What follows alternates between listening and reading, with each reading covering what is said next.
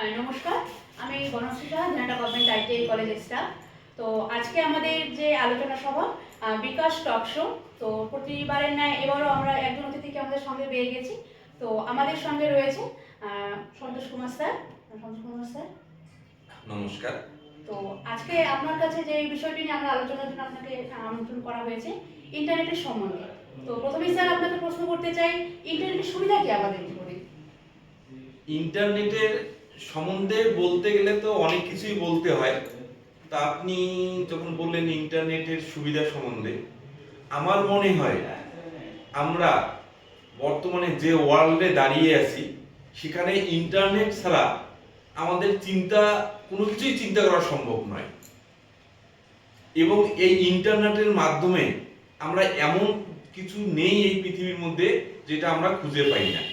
বর্তমান পরিস্থিতিতে বিজ্ঞানের নানা রকম জিনিস এবং খোঁজ এই বিজ্ঞান ইন্টারনেটের মাধ্যমে সম্পূর্ণ হয়।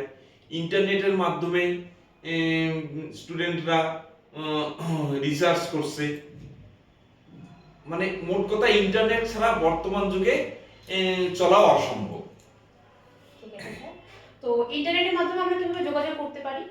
হ্যাঁ, আমি প্রথমেই বললাম ইন্টারনেটের মাধ্যমে আমাদের ইন্টারনেট ছাড়া বর্তমান আমাদের চলা সম্ভব নয়। ইন্টারনেটের মাধ্যমে আমরা ইমেল, জিমেল, হ্যাঁ, তারপর হচ্ছে আরো অন্যান্য যেসব ডিভাইস আছে তার মাধ্যমে আমরা যোগাযোগ করে থাকি।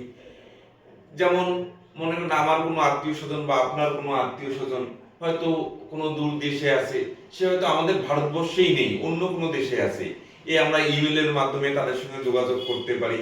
এছাড়াও আরো এখন নতুন অ্যাপস আছে, নানা রকম হোয়াটসঅ্যাপ আছে, টেলিগ্রাম আছে, এগুলো ইন্টারনেটের মধ্যেই পরে আপনি বলতে পারেন আর কি। এই সম্বন্ধেই আমরা একে অপরের সঙ্গে যোগাযোগ করতে পারি। একদম ঠিক বলেছেন স্যার। তো আমাদের ইন্টারনেটে ই কমার্সটা কিভাবে যুক্ত আছে? হ্যাঁ, এইটা একদম খুব একটা সুন্দর প্রশ্ন। বর্তমান সমাজ ব্যবস্থা এবং যেসব ছেলে মেয়ে হয়তো তারা অনেক পড়াশোনা করেছে, হয়তো তাদের জব নেই, কিংবা হয়তো তাদের মনের মতো জব নেই, তারা এই ই কমার্সের মাধ্যমে ইন্টারনেটকে ব্যবহার করে বাড়ির থেকেই তারা ব্যবসা বাণিজ্য করতে পারে।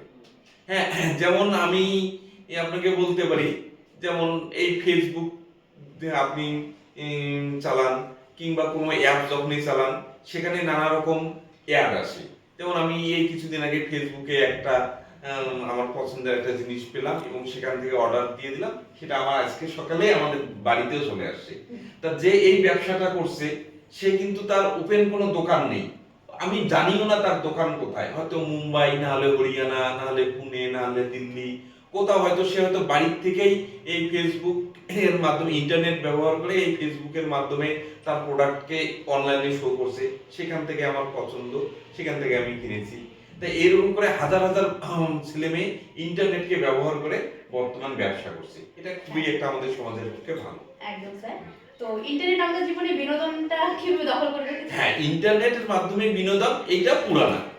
এটা যখন থেকে ইন্টারনেট চালু হয়েছে বলতে পারেন, হ্যাঁ, তখন থেকেই ইন্টারনেটের মাধ্যমে আমাদের সমাজকে নানা রকম ভাবে বিনোদন দিয়ে যাচ্ছে, নানা রকম খোঁজ খবর দিয়ে যাচ্ছে।